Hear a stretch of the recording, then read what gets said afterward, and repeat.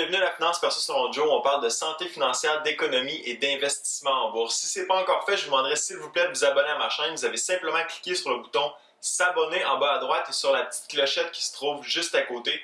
Comme ça, à chaque semaine, lorsque je vais publier une nouvelle vidéo, vous allez être notifié. Aujourd'hui, on parle de rembourser ses dettes parce que oui, les Québécois, les Canadiens sont endettés. Et non seulement sont-ils endettés, mais l'endettement est un sujet très anxiogène pour la plupart des ménages canadiens.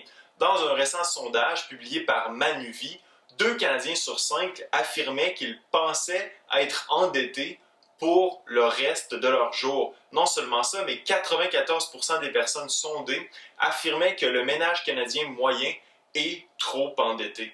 Et à ce sujet, les données de Statistique Canada sont éloquentes. Depuis 1990, les ménages canadiens n'ont cessé d'augmenter leur niveau d'endettement par rapport à leurs revenus disponibles, leurs revenus après impôt. En 1990, le ménage canadien moyen détenait 85 sous de dette par dollar de revenus disponibles.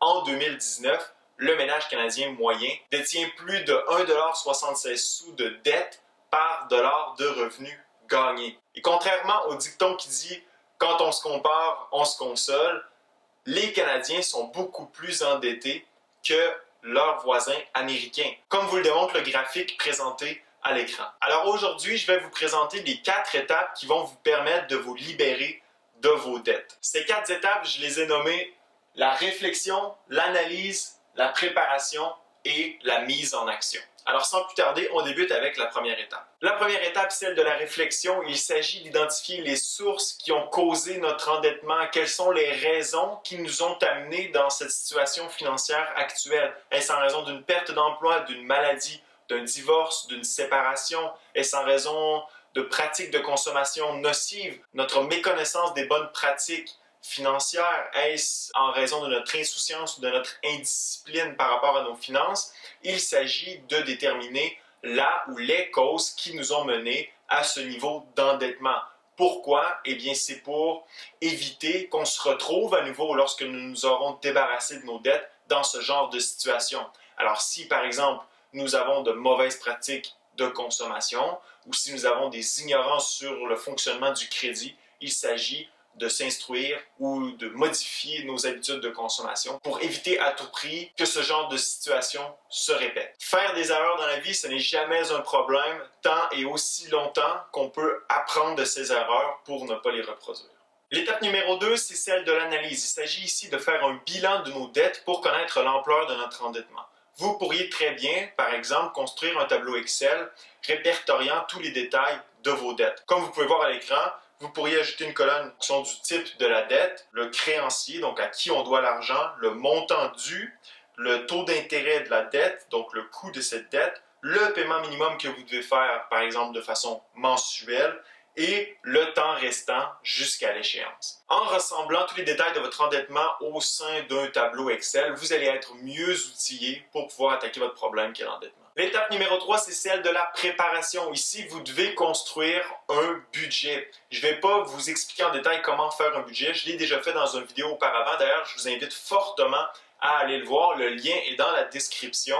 Et ce vidéo vous guide étape par étape dans la mise en œuvre de votre budget. Essentiellement, ce que vous allez devoir faire, c'est répertorier tous vos revenus ainsi que toutes vos dépenses et parmi vos dépenses, les séparer entre celles qui sont fixes et celles qui sont variables. Inévitablement, vous allez devoir couper dans vos dépenses variables pour s'assurer que le paiement minimum de vos dettes soit réalisé pour ne pas tomber en défaut de paiement et peut-être aussi dégager une certaine marge pour augmenter vos paiements sur certaines dettes, du moins celles qui doivent être priorisées. Ceci m'amène à vous parler de l'étape numéro 4 qui est la prise d'action, c'est-à-dire rembourser vos dettes.